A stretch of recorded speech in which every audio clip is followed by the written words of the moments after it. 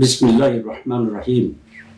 বিশিষ্ট ইউটিউবার জনাব ইলিয়াস হোসেন বিদেশ থেকে ইউটিউবের মাধ্যমে এই জাতির বিভিন্ন ক্রান্তিকালে উল্লেখযোগ্য ভূমিকা পালন করেছেন, সেই জন্য আমি তাকে ধন্যবাদ জানাই। এবং তিনি একজন অত্যন্ত জনপ্রিয় ইউটিউবার, সেই জন্য আমি তার প্রশংসা করি।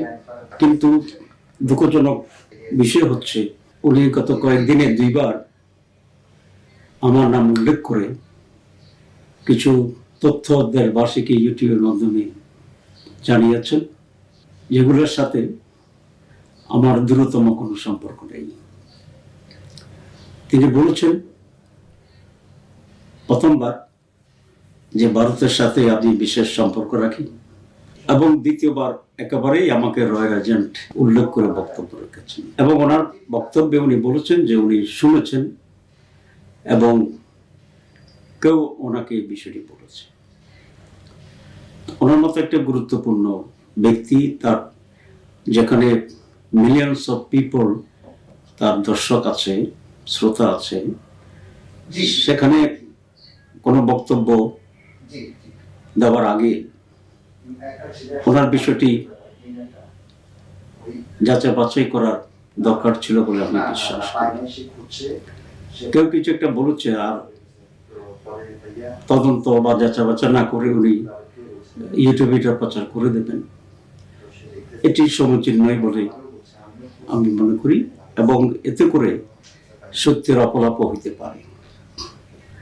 এ বিষয়ে আমার বক্তব্য অত্যন্ত স্পষ্ট যে আমি ভারত বা নয়, কোনো বিদেশের কোনো গোয়েন্দা সংস্থার সাথেই আমার বিশেষ কোনো সম্পর্ক নেই। এবং আমি যে দল করি এটি অত্যন্ত উচ্চ নৈতিকতা এবং জবাবদিহিতার ভিত্তিতে পরিচালিত হবে। উনি জামাত ইসলামীকে তদন্ত করার কথা বলেছেন। আসলে তদন্ত করে সত্য উদ্ঘাটন করা এটা ওই ব্যক্তি বা সংস্থার দায়িত্ব, যিনি নিজে এরকম তথ্য দেন।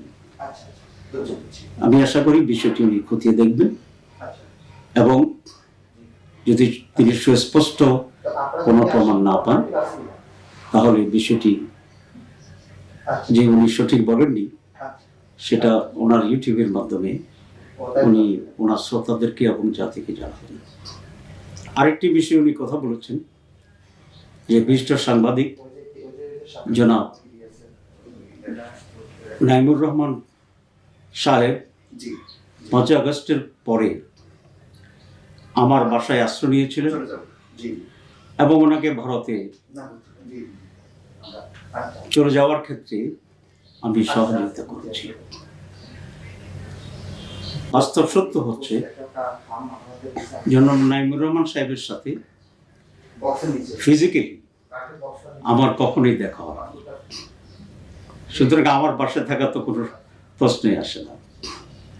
আর তিনি যে ভারতে পালিয়ে গেছেন সেই তথ্যটিও আমি প্রথম জানতে পেরেছি জনাব ইলিয়াস হোসেনের বক্তব্যের মাধ্যমে।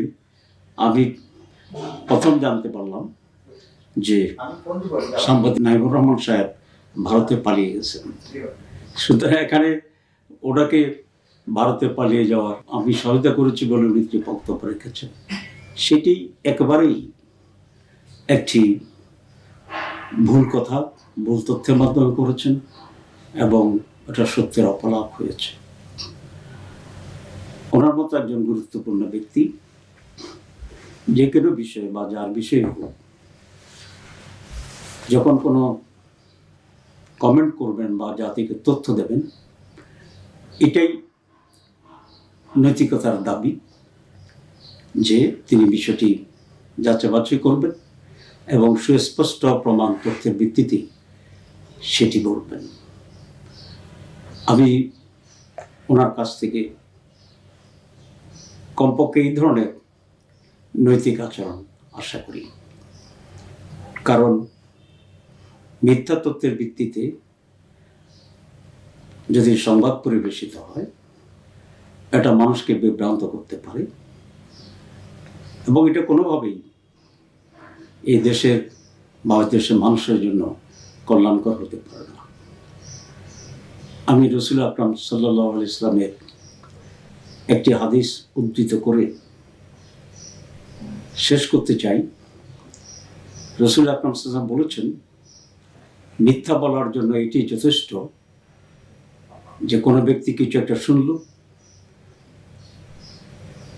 এটার সত্যতা যাচাই বাছাই না করে বলে বেড়ালো। আমি ইলিয়াস হোসেন সাহেবকে আবার ধন্যবাদ জানিয়ে আমার বক্তব্য শেষ করছি। আল্লাহ হাফেজ।